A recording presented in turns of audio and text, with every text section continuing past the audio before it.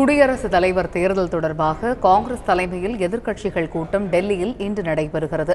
இதுகுறித்த கூடுதல் தகவல்களை விவரிக்கிறார் சிறப்பு செய்தியாளர் சலீம். நாடாளுமன்ற வளாகத்தில் மதியம் 1 மணிக்கு காங்கிரஸ் கட்சியின் தலைமையில் எதிர்க்கட்சிகள் ஒன்று கூடுகின்றன. காரணம் என்ன? அவர்கள் சார்பாக ஜனாதிபதி வேட்பாளர் யார் என்பதை முடிவு செய்வதற்காக. தமிழகத்தை பொறுத்தவரை அதிமுக இந்த கூட்டத்தில் பங்கேற்காது. ஏன் அப்படின்னா அதிமுகவின் இரு அணிகளும் பாஜகவிற்கு ஆதரவு தெரிவித்திருக்கிறார்கள். இன்னொரு பக்கம் திமுக சார்பாக கனிமொழி அவர்கள் பங்கேற்பார்கள். இது ஒரு புறம் இருக்கையில் யார் அந்த வேட்பாளர் அப்படின்னு சொல்லி எதிர்க்கட்சிகள் தரப்பில் விசாரிக்கும் பொழுது என்ன சொல்றாங்க? ஒரே ஒரு பெயரைத்தான் சொல்கிறார்கள்.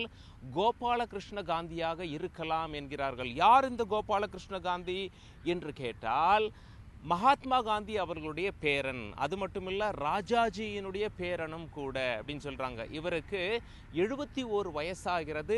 IAS அதிகாரியாக இருந்தவர். இவருடைய பெயர்தான் வலம் வருகின்றன அப்படின்னு சொல்லி எதிர்க்கட்சிகள் தகவல் சொல்றாங்க. இருந்தாலும் இன்னைக்கு கூட்டத்தில் கலந்து ஆலோசித்து முடிவெடுப்பார்கள்.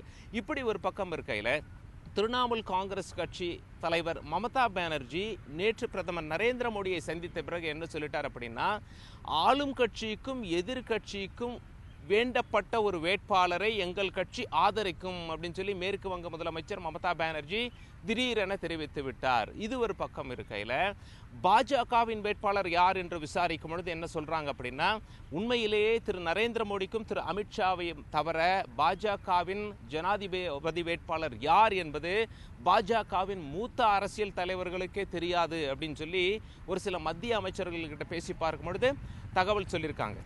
இருப்பினும் அடுத்த ஜனாதிபதி இன்னும் 2 மாதத்தில் பதவியேற்பார். பாஜக யாரை கை காட்டுகிறதோ அவர்தான் அடுத்த ஜனாதிபதி என்பதில் சிறிதும் ஐயமில்லை. ஏன் அப்படின்னா அதிமுக மற்றும் அண்டை மாநிலங்களில் இருக்க உள்ளூர் கட்சிகள் பாஜகவிற்கு ஆதரவு தெரிவித்திருப்பதால் அவர்கள் முன்னிறுத்தும் வேட்பாளர் அடுத்த ஜனாதிபதி ஆவதற்கு வாய்ப்பு இருக்கிறது. டெல்லியிலிருந்து தந்தி செய்திகளுக்காக கேமரா பர்சன் பிரதீப் சௌஹானுடன் சலீம்.